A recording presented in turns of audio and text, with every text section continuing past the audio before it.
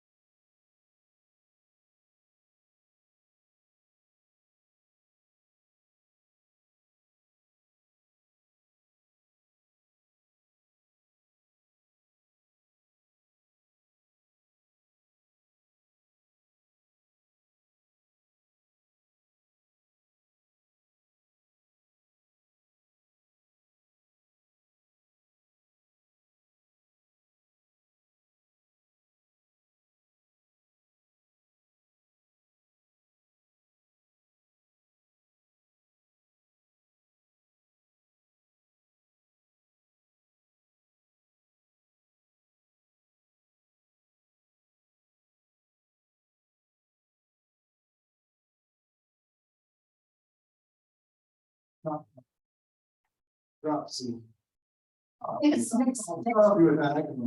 Next week.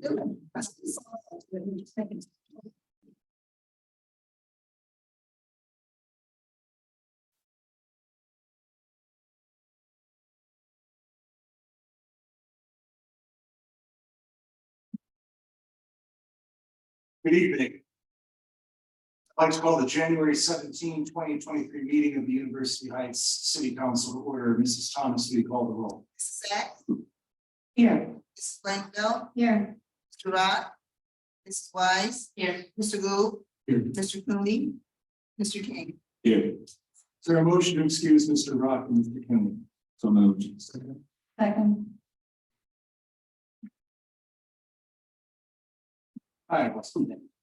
Who moved in the second? Okay, we'll go with Mr. King for the motion, Mr. Gould for the second. Come on back, please. Mrs. Sacks. Aye. Mrs. Glanville, Aye. Mrs. Wise. Aye. Mr. Gould, Aye. Mr. King. Aye. And Mr. Rock and Mr. Cooney are excused. Well, please join me in reciting pledge of allegiance. I pledge allegiance to the flag of the United States and to the republic for which it stands, one nation, under God, indivisible, with liberty and justice for all.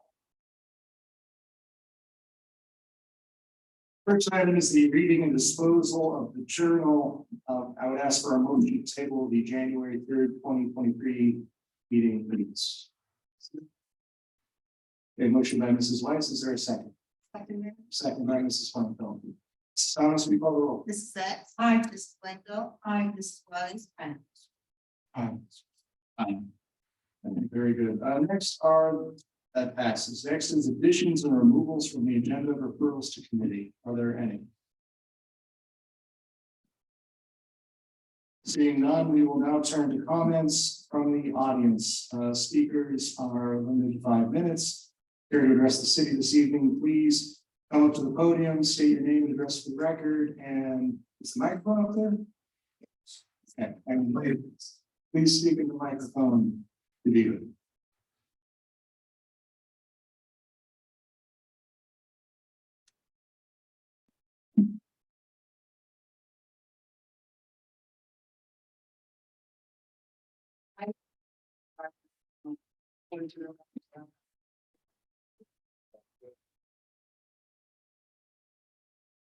Well, good evening to the mayor, vice mayor, members of council. My name is John Pacella. I live at 1137 Commonwealth Avenue, Mayfield Heights, Ohio 44124. I am the assistant service director of the service. I'm approaching my 32nd year of service. I have served under 5 service directors: the late John Morelli, Bob Girardi, Chris Bill, Rob Jamison, currently Jeff McCorney. I have served under 3 mayors, the late Mayor Rothschild, Mayor Susan Enfield, currently Mayor Brennan. From each of these mayors, I have received awards for what I have accomplished with the service department and how I serve the residents of University Heights. It was brought to my attention, the council's discussion, the recycling program, and the council's views of how to handle loose recycling. I'm here tonight to express my views on these discussions. My views are brought on by over 3 decades in the service department. Your one pro in this room is the mayor, council, and all the directors are all on the same page and are in agreement for an improvement that is needed to the current recycling program. To say anything else other than that would be false. This is the one pro I see. The rest of my statements are the cons or the flip side to the current discussion. I will limit it to 3 for time restraints. You have 3 downsides to this discussion. First, we do not have enough personnel. The second, we do not have enough equipment. And the third, we do not own our own transfer station to take this on as a city and to discuss tax. If you manage to hire 2 people to replace the 2 people we lost in 2022, and which in today's climate is really extremely hard to do, because all cities surrounding us are doing the same thing. After COVID, it seemed the mindset across the United States of people coming to work and wanting to. Even with these 2 that you might replace, you still fall short for the methods you have discussed. You will need more people on top of that. I perform a juggling act every day, every morning for the last 17 years, just to put out basic services that we need. We are shorthanded more now than ever. And you don't have to look far for the proof. I could not transport leaves out of the city.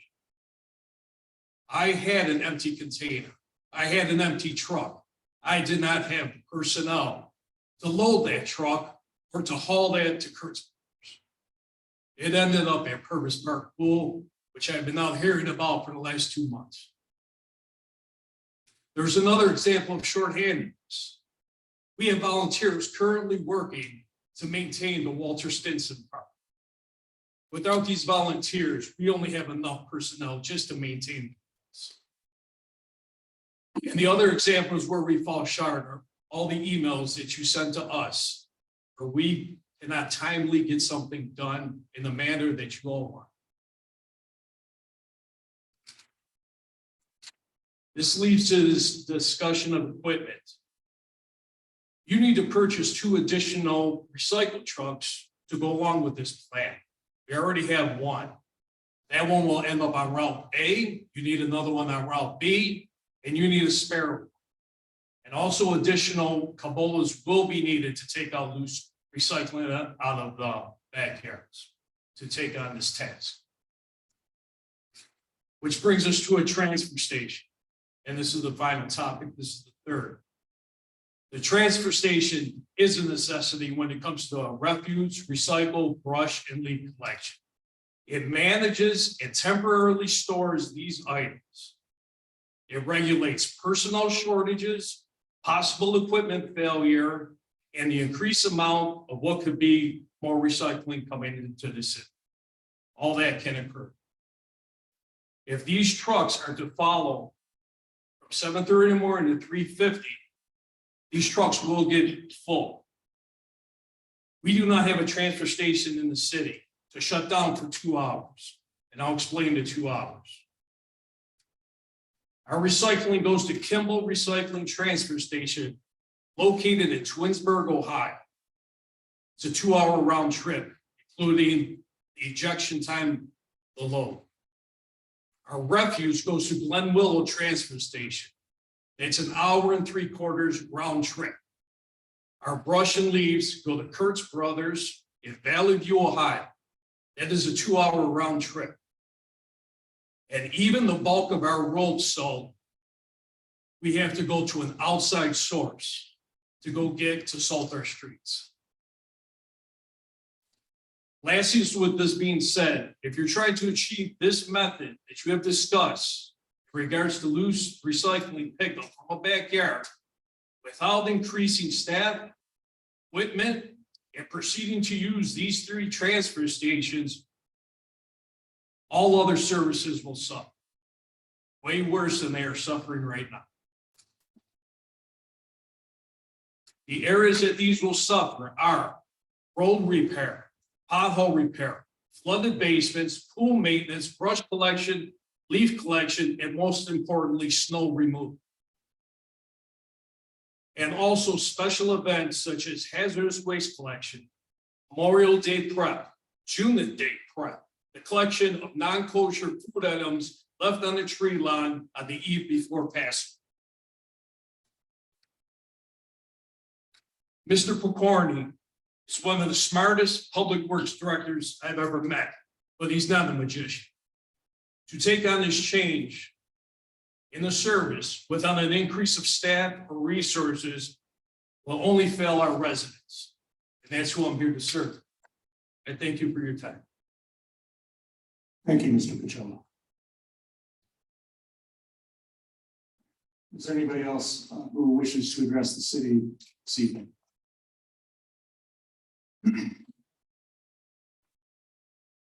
There are no further comments from the audience. We'll then turn to reports and communications from the mayor. Today, I attended the grand opening and celebration of the New Heights Wellness Center at Heights High School in partnership with Cleveland Heights University Heights Schools and Metro Health. The Metro Health School Health Program offers physical, chronic disease management, care coordination, immunizations, mental health screenings, urgent care, lab work, and other services. Funding support has allowed to increase services to extend the district families and staff. The Metro Health team can also connect families with resources that can help with housing needs, utility assistance, food insecurity, transportation access, legal issues, and more. Funding for this initiative is made available through the American Rescue Plan Act of 2021. Additional funds have been made available through the Governor's Emergency Education Relief Fund. Management of construction and capital expenses were coordinated in partnership with the Ohio Department of Education and the Ohio Department of Health. Cleveland Heights University Heights District students, their families, and school staff in need of these healthcare services may visit chuh.org or call 216-957-1303. I have 2 notable passings to report this evening. Stephen Chuney passed away on January 4, 2023. Steve was city engineer from 1978 to 1990. The city council minutes of Monday, April 3rd, 1978 reflect that upon motion by Councilman Jeffrey Friedman, the council approved the contract for the engineer identified by the name of Steve's firm, Adachi Chuney Lynn Associates. Steve Chuney served the city with honor and distinction. His funeral, mass, and interment were last Wednesday, January 11, 2023. On behalf of the city of University Heights, our condolences to the Chuney family, Steve's wife, Joanne, and especially to Steve's son, Joe Chuney, who has been our city engineer since 1990. Thank you for Steve's service and dedication to our community. This afternoon, we lost the Honorable KJ Montcalm, who served on the Shaker Heights Municipal Court bench, serving our community from 1994 to August 2021, when she retired early from her term for personal reasons. KJ was more than a fair and impartial judge. She was a community leader, and she was a musician. I sang with her at the Sing Out events in support of the Cleveland Rape Crisis Center. Before going to law school at Cleveland State University, KJ was valedictorian of the School of Music at Heidelberg College. And KJ was a survivor. For 32 years, KJ was a survivor of ovarian cancer. Between her time as judge and as a municipal prosecutor, law director, and a tax administrator, KJ devoted 47 years of her life to public service. KJ Montgomery was 69 years old. On behalf of the City of University Heights, thank you, KJ. Our condolences to her family and friends, court staff who knew and worked with her, including former Councilman Phil Irwin, and especially to Judge Ann Walton Keller, who was mentored by KJ and served as her magistrate before succeeding KJ as judge in late 2021. Thank you. This concludes my report. Reports and communications from the City Council and taking of action thereon. Mrs. Weiss? Yes, thank you, Mayor. The City Council had 2 committee meetings over the last 2 weeks. One was the Service and Utilities Committee meeting. Those reports will be discussed during the council session. We now turn to the reading and disposition of ordinances, resolutions, motions, and consideration of agenda items. And item A is a presentation by Laura Kleinman of Senior Transportation Connection. You have the. Thank you. Thank you, Mayor. Okay, and thank you, Council. I'm here as the Executive Director of Senior Transportation Connection. We provide comprehensive, coordinated, accessible transportation to adults, seniors who are 60 years of age and older, as well as adults with disabilities throughout Cuyahoga County. We've been around for about 18 years, it's a nonprofit social service agency, and we've been serving the City of University Heights for several of those. I've been there about a year now.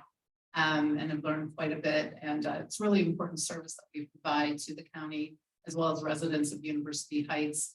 Got more and more individuals, as we all know, who are looking to age in their own homes. And in order for them to do that, and in order for them to still take care of themselves and live strong, independent lives, they need to be able to get to the doctor. They need to be able to go to the store. We certainly know COVID that they need opportunities to be social. And in many cases, they can't drive. And so we provide transportation help. Yeah. We provide our service, as I said, throughout Cuyahoga County. Our customer is you. Our customers are municipalities and their nonprofit agencies. We're not, it's not like RTA where passenger will provide a fare, a small fare, but it's not quite like RTA where the arrangement really is with the passenger. We're writing a contract with the City of University Heights or the City of Shaker Heights or the City of, and it is that municipality or social service agency that is really paying the lion's share of the cost of transportation. Right now, we're in about 75% of the county, probably about 25 cities or so, and a few nonprofit agencies such share. We have a contract with Cuyahoga County as well. There are some municipalities, well, there are many municipalities, obviously, that do not contract directly. That doesn't necessarily mean that their residents cannot take advantage of the service through Cuyahoga County and their options program. We're often able to transport someone with the right income eligibility as a resident of Cuyahoga County wherever they need to go. This is door-to-door transportation, not unlike paratransit. We are going to someone's house, we're going to their apartment building, we are walking up to their door, we are not going in their home, but we are assisting them once they leave their home to the vehicle. We're helping them get on. Should they be in a wheelchair, we are helping to secure the wheelchair into the vehicle. We take them to their destination. We are escorting them door to door. And so that's how service is provided. We have about right now 60 employees or so. Like some of the other comments about staffing, it is a challenge these days, but we're doing the best we can. We have 54 vehicles, all of which are accessible, most of which are 8, 10, or 12 passenger vehicles, but they either have lifts or ramps, and we're able to once again be able to transport anyone with any kind of mobility issue, whether it's walk, or it might be a vision.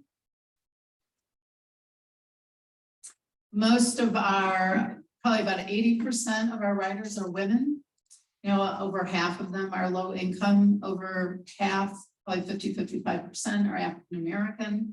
And we are providing services really to those who need it most, but throughout, as I said, throughout the county and all sorts of different communities.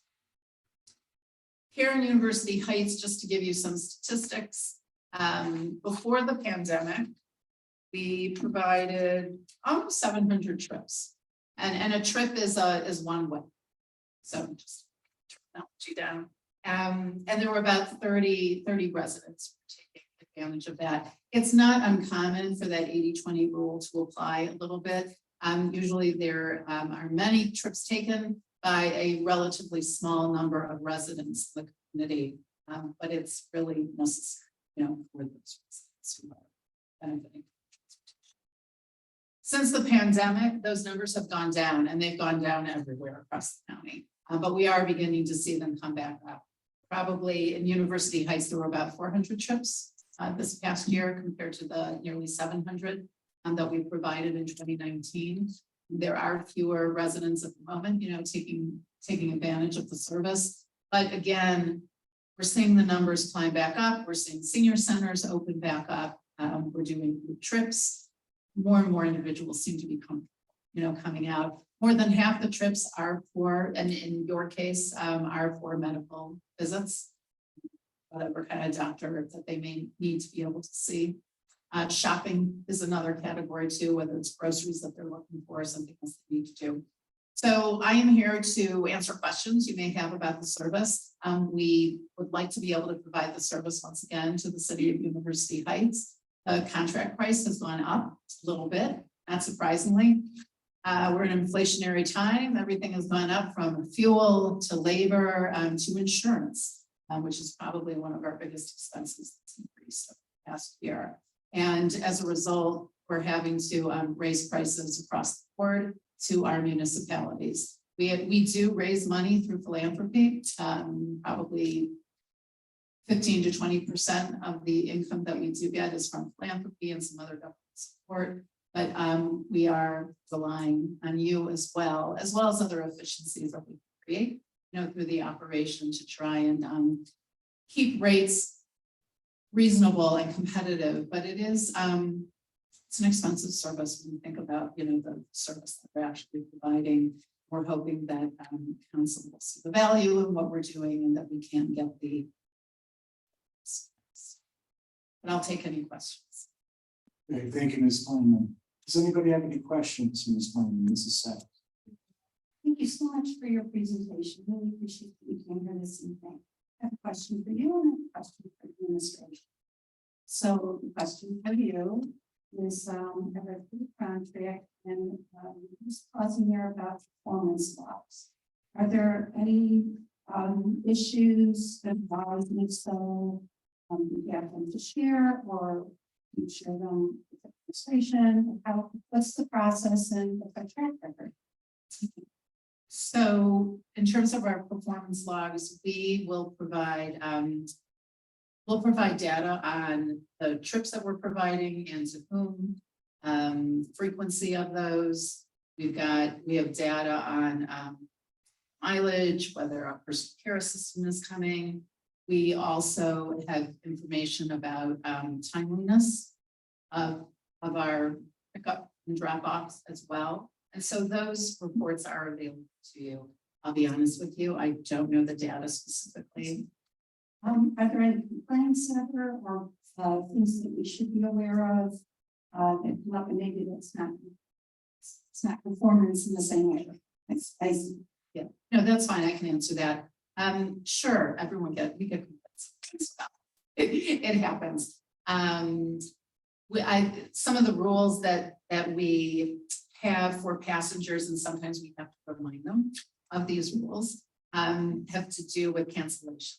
And so we ask all of our passengers that if they no longer can take the trip they've scheduled that day, that they call us by 7 in the morning. And if they do, that's good, you know, we can go ahead and make the adjustments as necessary. When they don't, and that happens because we understand, you know, things happen, and we also understand with the competition that things do happen, and sometimes they just don't feel well, we can't take the trip. That is a no-show, and there is a cost, you know, that we incur because of that. And so there is a fee that we look to charge the city when that happens. So that, you know, it's hard to say what percentage of the time it does happen, but especially when we go out to the home and they're not there or they don't come to the door, there's fuel and stuff, things like that to occur. What each city deals with that differently. We do charge the city. Some cities will turn around and charge the resident. Some cities will simply absorb it. Sometimes there's a way to share in the costs. Sometimes cities will, if there are what I call repeat offenders of that, the city will sometimes suspend service to that passenger for maybe a couple weeks, or maybe they do need to pay a portion of the fee. It all depends upon the city. But that's not up to us at all. It's really up to the city and society. Thank you for that information. I wonder if, it seems like your drivers go through some pretty good training. And if they recognize that a resident is more unstable than usual and steady, maybe has increasing cognitive impairments, do you take care of that in terms of calling emergency contacts? Do you talk to the city about that? What's your process? Yeah, it's a really good question. Thanks for asking. And oftentimes our drivers are seeing the same people, over and over. And so they are on. And that's exactly what they do. If they're still able to provide the service, but something does seem kind of off, they will call dispatch and let dispatch know. And then we do tend to call, there's usually an emergency contact person, on file. We will also let the city or the senior center know. We have instances where passengers have an emergency on the vehicle, not because of driving, but things happen. We call EMS, call the emergency contact, let dispatch know.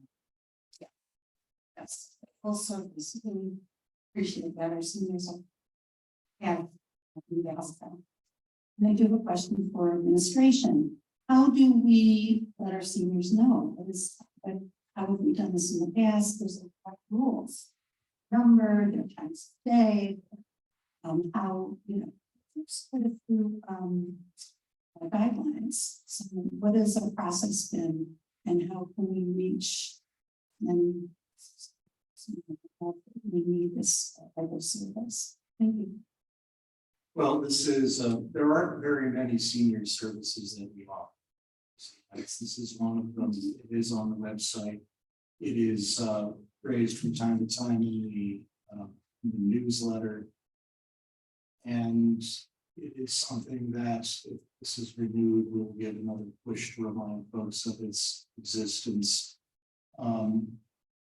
It is something that was promoted, especially by Walter Stinson when he was our senior services coordinator. We do not currently have a senior services coordinator, as that position was eliminated in 2022 budget. But at the same time, when we did have one, it served on the board of this organization for a time, was intimately involved in its activities, attended the annual meeting, and was promoting it through the events at the library, which have not yet resumed. So there are some challenges here with respect to, getting the word out again. It is something that I've discussed with our communications director about promoting anew, especially after presumably we pass this contract. Thank you very much. Are there any other questions for Ms. Bunn? Yes, Mr. Gould. I wanted to better understand the interplay between the additional fees that I've seen inside of the contract price that we approved, and maybe this is a law question, but when there are the additional fees like the, for instance, fuel escalation clause, how does that interact with the amount that we're approving for the contract? And is this something that's above and beyond that contract price, or is it contract price that we're approving an estimate based on everything inside? Thanks for the question. So the way we price our contracts is on a per, most of them is a per trip basis. So in that contract, there is a fee each time we transport into 12. Which is it's $38, but there's some discussion about there being small, for the passenger to pay. Because of what's happening with fuel, well, there are often fuel escalations. And so in order to protect ourselves a little bit, should the price of fuel, skyrocket as it did last year and the year before, there is a fuel escalator that kicks in once the price of gas goes beyond this price. And so I believe in the contract it may be $75, because that's pretty much what we were working with when we came up with our pricing this past year. And so a small escalator fee kicks into that based on all the trips for the month. Once the gas goes, $75. The fuel escalator, I know in the contract spells out what we look at. I will say that we are looking to make a slight adjustment to that would actually bring the fuel escalator down. And so I'll be getting that. And the individuals are charged $3 for an individual trip. Is there a per individual trip for group rates, or is it just $3? No, on the group rates, I don't believe there's a charge. That is up to the city. That's up to the city to make that determination. Yeah, I'm just thinking about it. There's the $3 per person charge, again, that the city of University Heights would determine to help offset the fee that the city is actually paying. But when it comes to the group rate, where we're looking at, I think, $60 for up to 5 people, I don't believe there's a fare in there, the individual.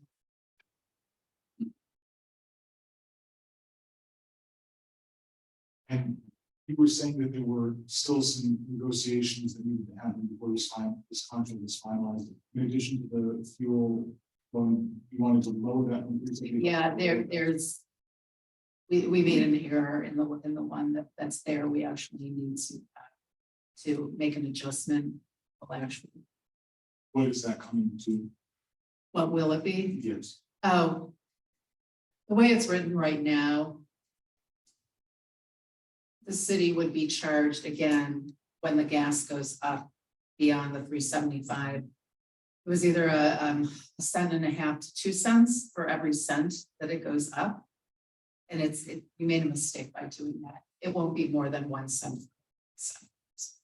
Okay. So basically, the $3.75 is still the threshold based on the Yes, prices. yes. Okay, I just want to ensure. I thought you were lowering the threshold, and it was No. $2. Okay, great, thank you. Okay, thank you, Mr. Gould. Any other questions for Ms. Klein? This is one. And I want to thank you. It's a valuable service. Here's but to your organization. The only thing I would ask is that we tailor this.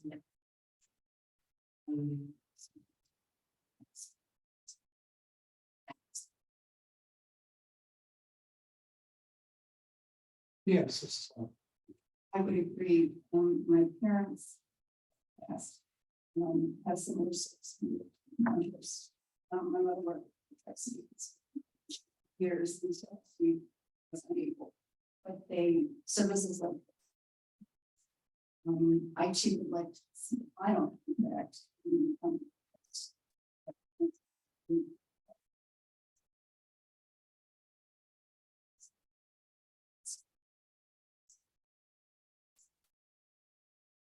if the council tables the contract, we would urge that.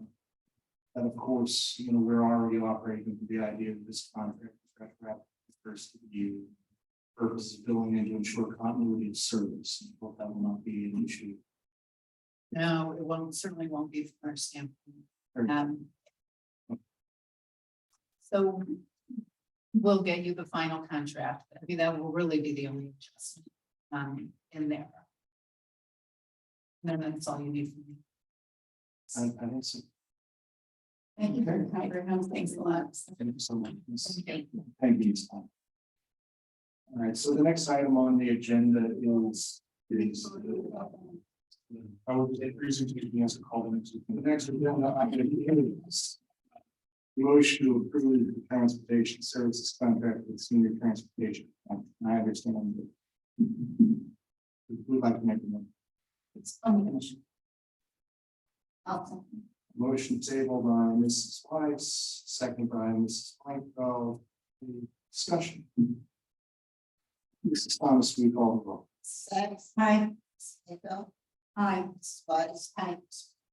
Aye. Okay, very good. The item is tabled. It's fine. And thank you again for being here this evening. We look forward to getting this finalized and on the agenda for our first meeting in February.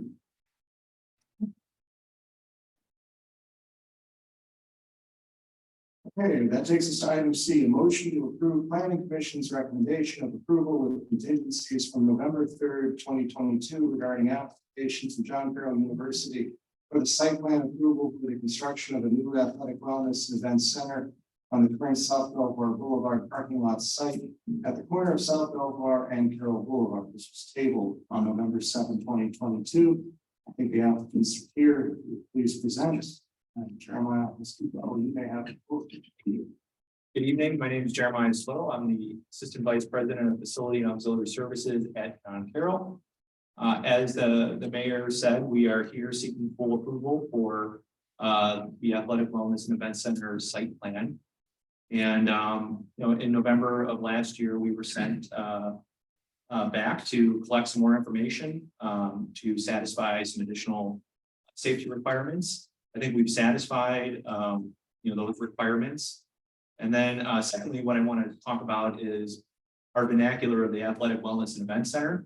That is mainly internal jargon for us. We're not having large scale events where, we're going to sell tickets to a concert or something and then bring people from all over Northeast Ohio into the field house. I think that's a really important distinction to make.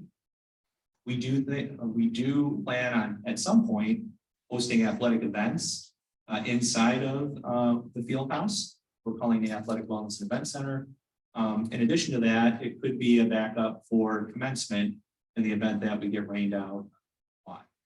So we do have a lot of purpose for it. In addition to just being an athletic training facility, it will be made available for our academic team to host any variety of classes in speakers and maybe even have a career day for our students and so forth. The third thing I want to bring up is on February 1st and February 8th are dates that we are planning to host the community of University Heights and Shaker at the Nolan Science Center to discuss our ongoing projects on campus and off campus directly in front of Nolan Science. So more information to come on that. We'll be sharing that with both communication directors for City of University Heights and Shaker. And before I kick it over to Rick, I just want to introduce our team one more time. Rick Wertmeyer from Bosswood Design Partnership, Brian Evans from Walsh Construction, a new face for you guys. They are acting as our CM at risk for the project. April Skirka from Blue Widow Studios, serving as our own.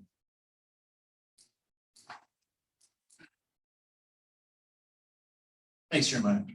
Again, Rick Wertmeyer, a partner with Bosswood Design Partnership. We're the architect of record for the project that you're familiar with from our last presentation. So what we wanted to do this evening is highlight those things that were responsive to the comments that we received, both from Planning Commission, but also from our last city council meeting and to follow on Jeremiah's comments, demonstrate those additional details that we have satisfied since that conversation. The first thing that this shows is these are representative pages from the detailed reports.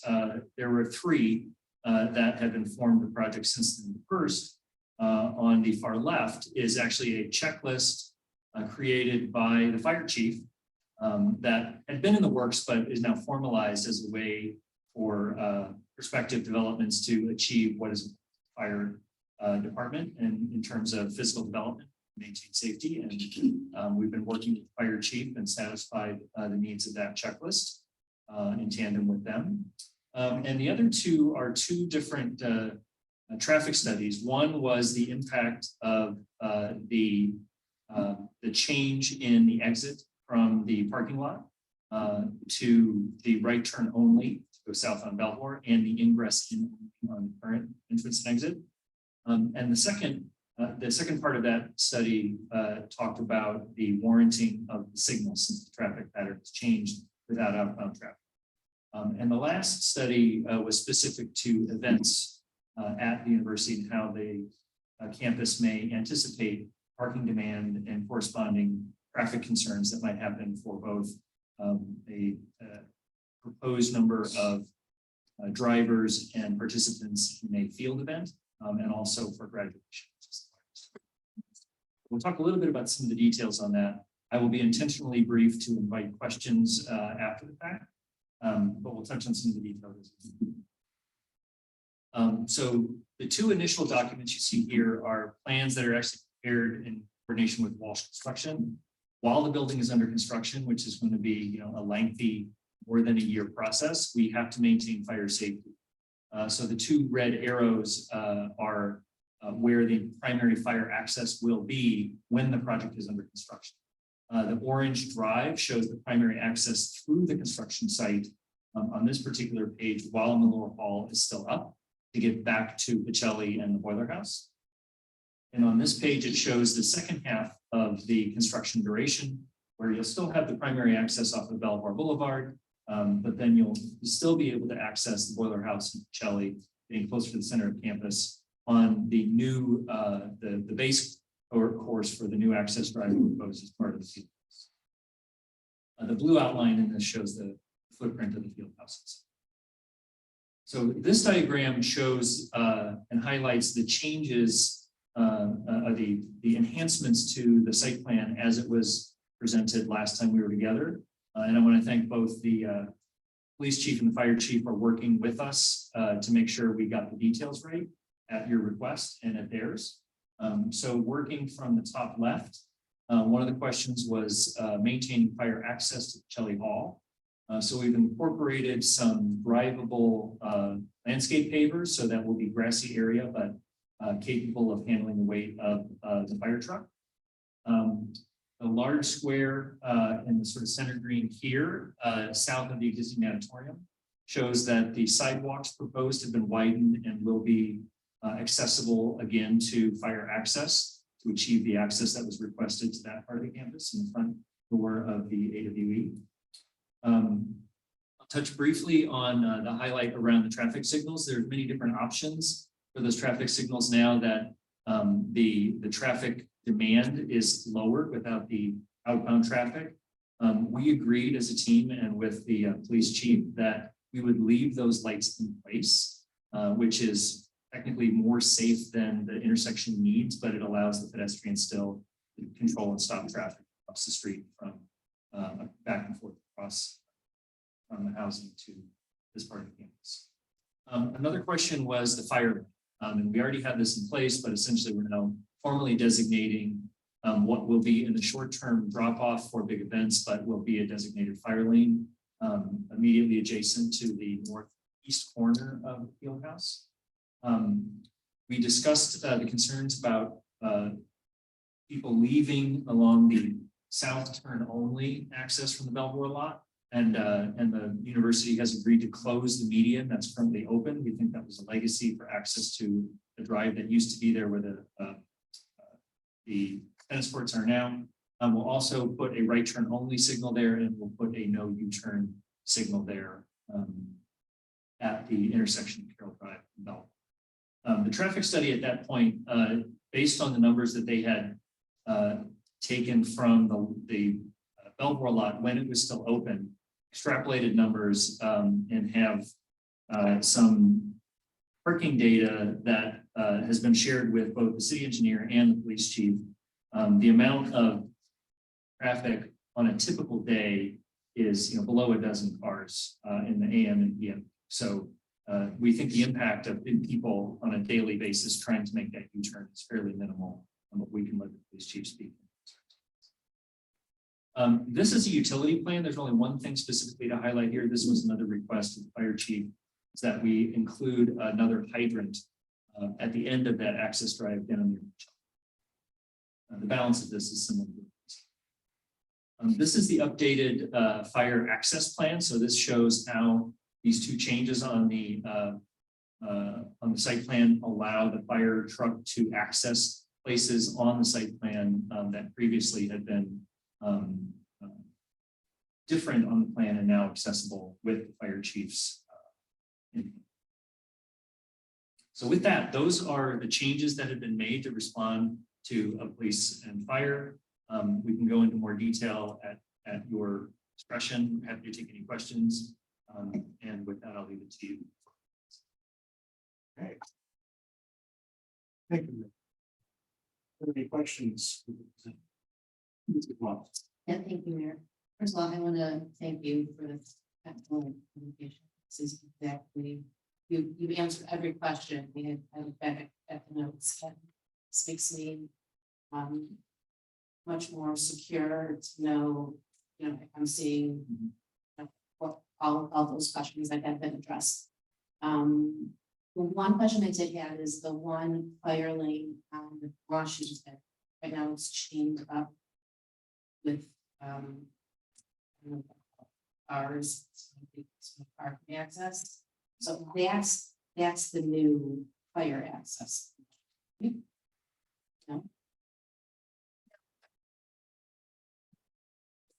Yeah, no, that remains fire access. It is currently fire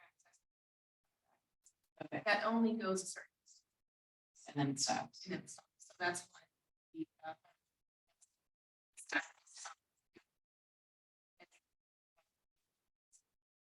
It's just, I'm just curious, it's always changed, so how does that? Okay. I was just turned around sometimes, so thank you. Thank you again for this. Mrs. Klein. I too, I'm delighted to see that. Since fire chief and police chief trust. We love that. Appreciate your great. Love seeing the addition. I think all of us only want to see John Carroll grow and thrive, but obviously never at least as president.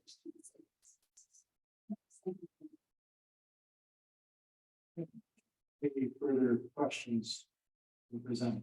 Yeah. Yes, Mr. Booth. And this may be actually for the fire chief.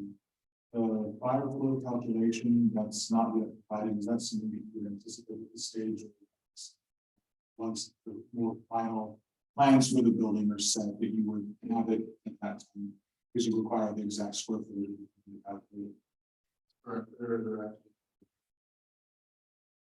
So this phase of approvals, that's not something your checklist anticipates having.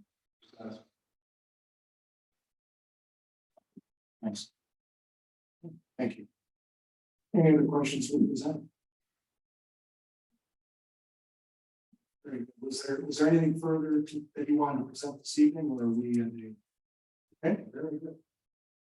Is there a motion to approve the planning commission's recommendation? Motion by Mrs. Plainfield, is there a second? Okay. When this first came to us, this work hadn't been done, so there were certain contingencies that basically, so it was an approval based on contingencies. I believe based on our review and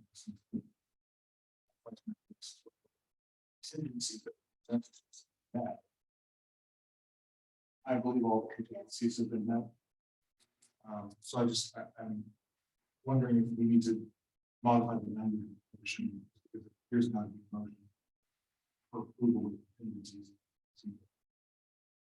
Okay, I thought that we kind of said that, but just to be clarified for the record, a motion to approve planning commission's recommendations of approval as presented this evening. Okay, well, I think that's what you were doing. But to clarify for the record and for everyone's benefit. So we have that motion by Mrs. Plankveld, is there a second? Second, by Mr. Wood. Any discussion on the motion? Mrs. Thomas, we call the roll. Mrs. Sacks. Aye. Mrs. Glanville. Aye. Mrs. Wise. Mr. Gould. Aye. Mr. King. Aye. Very good, motion carries. Thank you for your presentation and for your ongoing work. It's November, in the site plan.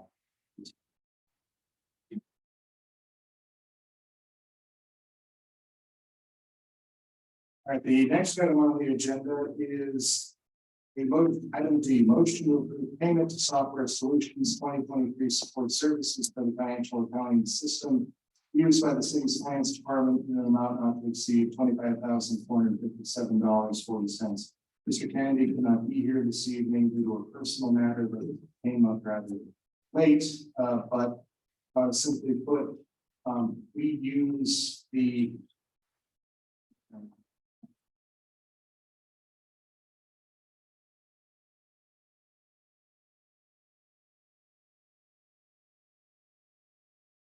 VIP accounting system, University of City Hall and the Finance Department. And this particular payment is for the ongoing support for use of that financial accounting system. It is something that we approved before, but it is something that we need to do for approval for, since it does exceed $15,000. It is necessary and central to the work our finance department does. It's a fairly routine ask, so we have to make the ask because it exceeds $15,000. We simply ask for an approval this evening so that we can make the payment and be good for this year. This is one. Yeah, thank you, Mayor. I just want to let everyone know, I did speak to Mr. Kennedy.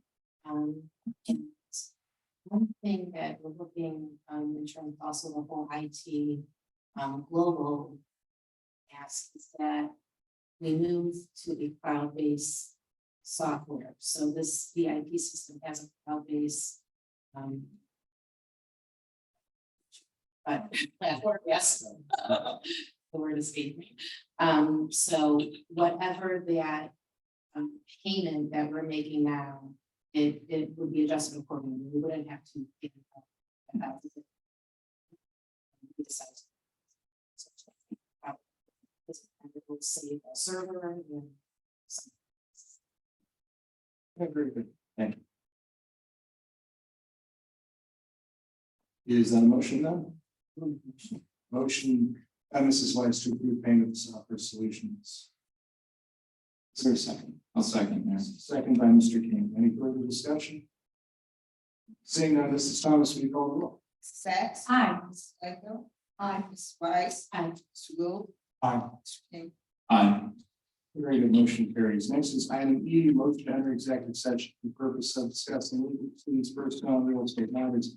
Administration has no items to enter in the executive session for this evening, and we have no request to produce. There is nothing further then. We will move on to item 9, reports and communications from directors of the various departments. First is finance. As I just mentioned, Mr. Kennedy is absent. But I can tell you that he is working at closing out the year 2022 and preparing materials for the auditors to begin work on their audit in February. Work is continuing, and he will be back at it, I believe. Wow. Next then is item B, Department of Law. Mr. Cicero, I know you're here in place of Mr. Conlon. Do you have anything to report this evening? Thank you, Mayor. Normally, I would say there is no report, but I actually have 2 items. One is that the council clerk is handing 2 certified copies of the resolution of necessity and the ordinance. We'll be filing the eminent domain suit against Gabby later this week. Please probate court. Second, I just want to update you as to two recent developments with part of what you hired me to do, which is housing investment. So the company that owns the old Cedar Taylor garage pled out last month, was fined $20,000 and has 6 months to bring the property up. Oh, including the parking lot and the fence next. If we find that gentleman in the concrete business parking his trucks, we're gonna say. The other one, there is a house on Jack Pelton with the one, that garbage house. Gentleman that has a construction company. Meadowbrook? On Groveland. He uses it as sort of big ground. Ceiling in the living room is falling down. We charge him with 350 counts, because each count, each day is a separate level. He's bleeding out next Wednesday to 50 counts, and 50,000. Then 6 months, push himself of that fine by bringing the property. One of the things that Mr. Engelbrecht and I work with, I welcome the chair of the housing committee. Thank them. We're not playing around anymore. We're being sensitive to a certain degree, but the days of one violation, one day are over. Whether it's landlords, most of the time it is. These two properties I mentioned to you, he's going to be developing it, and I gave him, quite frankly, I gave him 10 months. He still wasn't in compliance and financing. But with the absentee landlords, we're taking a very hard line approach to make it a matter of dollars and cents. As I have told you before, and I will tell you again, community is only as good as its houses.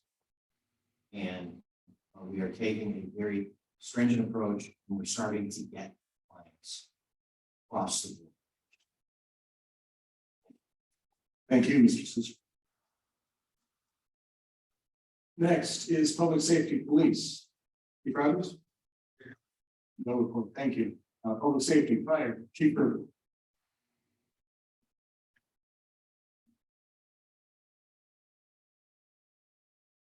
Thank you, Mayor. Good evening, Council. Just one item to report tonight. I just want to commend our training captain, Captain Robinson. He's been coordinating our annual firefighter survival training. We've been hosting this now in January for a few years, regional effort. Being that our communities in this area are so dense and we are centrally located, it's been working out very well. Very appreciative to the school board for allowing us to use Wiley. And this is going to be a 3-week training session over here. Last week, we put through 150 firefighters from 9 different departments. Expect that we'll probably exceed that this week. Moving forward into next week too. Good job by Captain Robinson. Happy to use this space.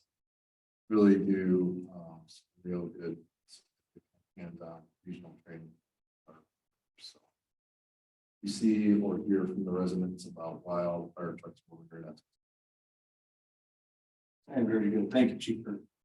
Any questions for Chief Burger? Yes, Mrs. Lund. This is actually both our Chief Burgo and our Chief Rogers. With regard to the construction of the Town Center, Federal University Center, this evening, thank you both for your professionalism, your diligence, and ongoing concern, safety of all of our residents.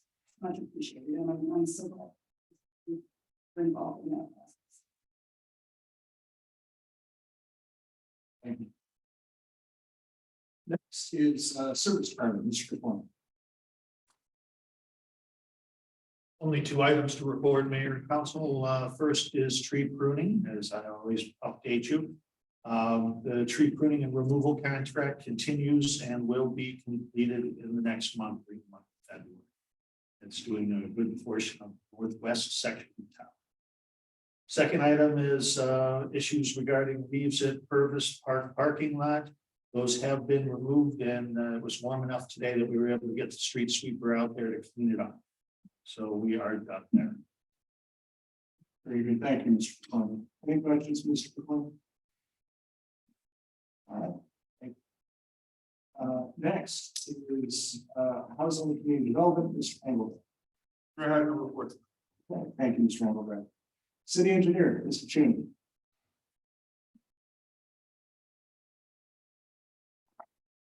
Mayor, I just want to thank you for the official recognition of my father. I also want to thank everybody that publicly thanked. You sent me an email, sent me a text, came to the wake, came to the funeral, or just said a prayer. I want to publicly thank you. As I said in the eulogy at the mass, you probably came or said something out of respect for me. And if you know me, you know my dad. He taught me everything. Thank you, Mr. King. Communications and civic engagement.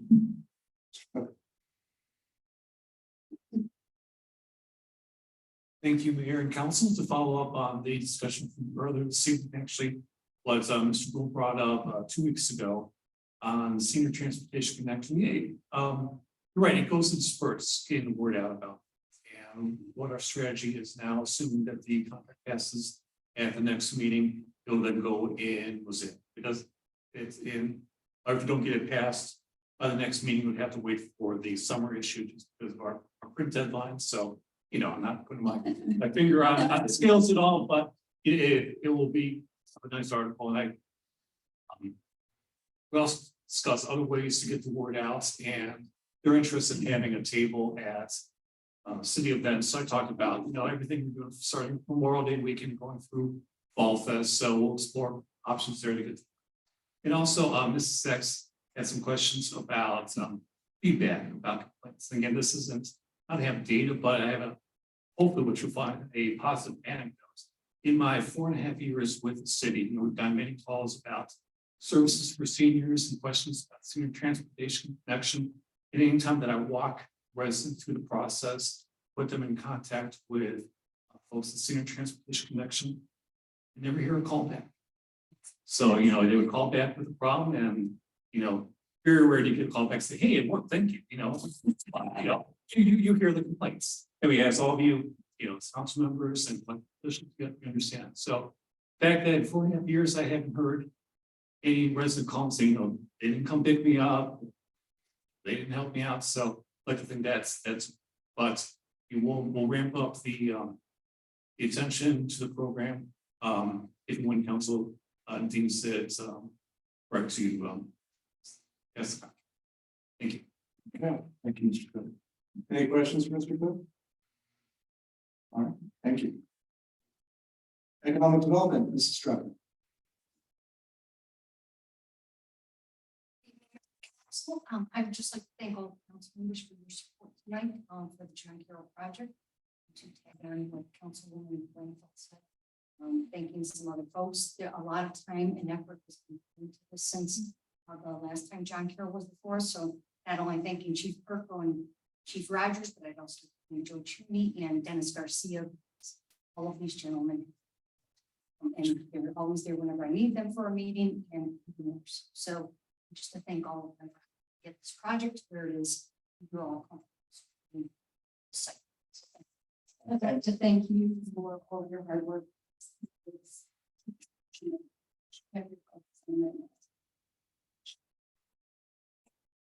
About to say the same, so I appreciate the council members. Know and appreciate your efforts here, Mrs. Strucker, because they've been crucial to getting this done. Very good. And that brings us to reports of standing committees and taking action on building and housing. Thank you, Mayor. We will be having a building and housing committee meeting prior to the next, the February 20th. Probably 3 days. Thank you. Community outreach, Mr. King. Okay, thank you, Mr. King. Economic Development, Mr. Rock isn't here. Is there any report from committee from another member? Yeah, I agree. And this is one. We're just going to read what Mr. The Economic Development Committee met last Thursday after postponing its intended meeting date to discuss engineering services in the city. The committee is extremely satisfied with Mr. Cheney serving as our city engineer. However, we felt reluctant to transition this role to a corporation as suggested and proposed by the administration. There are 3 components of the meeting which review the current 22 and proposed 23 contract between the city of University Heights and the city engineer. to discuss the implications of transitioning this role to a company and to make a motion to refer the development of a request for qualifications for the role of city engineer to the building and infrastructure subcommittee. This was in agreement with Mr. Chuni that a competitive process was warranted. Here are the following items that were discussed. Number one, the current contract between the city and Mr. Chuni didn't expire, which we were not aware of. The committee discovered it was actually a 2-year contract and is valid through 12/31/23, which gives us time to be able to bid a new contract. The committee felt it was important to honor our commitment to the current contract. Therefore, unless either party chooses to terminate the contract, the committee wanted to see Mr. Chuni fulfill this role through the end of the year. And he agreed. The committee reviewed and compared both contracts during session. It's worth noting that the changes to the proposed contract were requested by the company vying for the position GPT Group. As part of the review, the committee discussed the scope of work for the city engineer, compensation, and expectations. We discussed what would be considered a basic service, part of the engineer scope, and what would be considered an additional service. What would that cost? And what would that exceed? What cost would that exceed? The estimated cost of basic services as proposed by GPT Group was $21,000 per year versus $12,000 per year that Mr. Chuni was being paid. While 75% jump in compensation is steep, the committee acknowledged compensation had not changed in many years and will review a compensation level that is fair about. The committee felt a general reluctance to transition this role to a company without a formal competitive process and proposed an RFQ to be prepared. And as we mentioned before, Mr. Chuni was in agreement. The committee generally felt there was a conflict of interest to award design and engineering work to the same company as the company serving as an engineer. And finally, there was a motion to refer the development of an RFQ to the Council of the Whole Subcommittee Facilities and Infrastructure so that this role can be advertised publicly in a competitive. I was unable to attend the meeting. Mr. Chuni, is there anything that you wish to say or comment on with respect to the report? No comment. Everything we talked about, we did discuss at the meeting. Not sure I'm in full agreement and still have some reservations about some of it, but we're sending it to a subcommittee. And I am willing to honor the contract. Good, thank you, Mr. Chuni.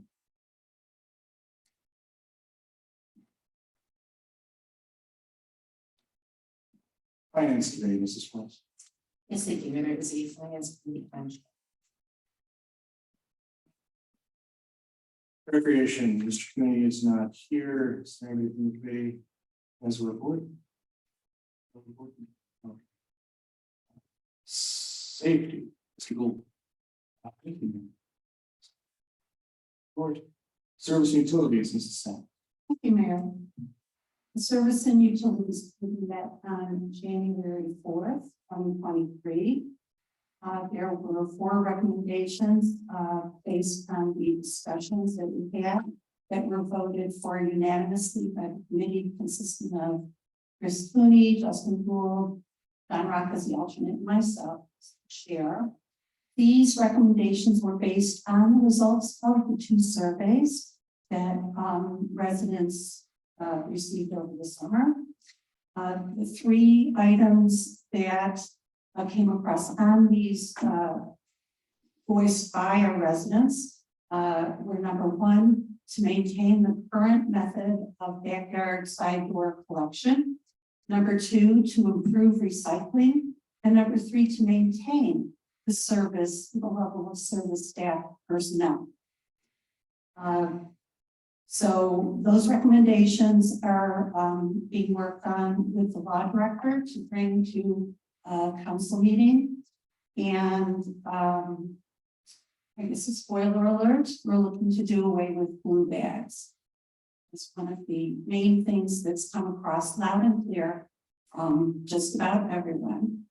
So I want to thank the committee. I look forward to making improvements and modernizing our recycling and collection based on the will of the residents. Thank you.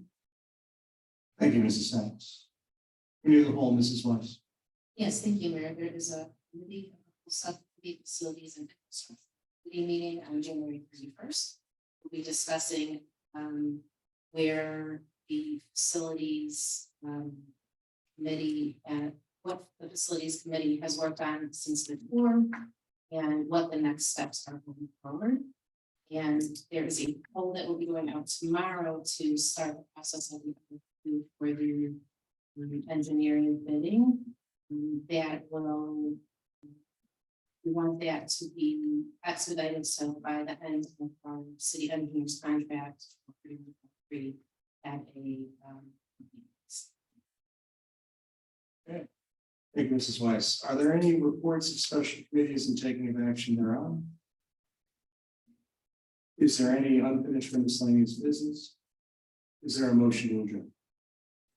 Motion to adjourn by Mr. Gould. Is there a second? Second by Mr. King. Policy call the roll. Set. Aye. Michael. Aye. Weiss.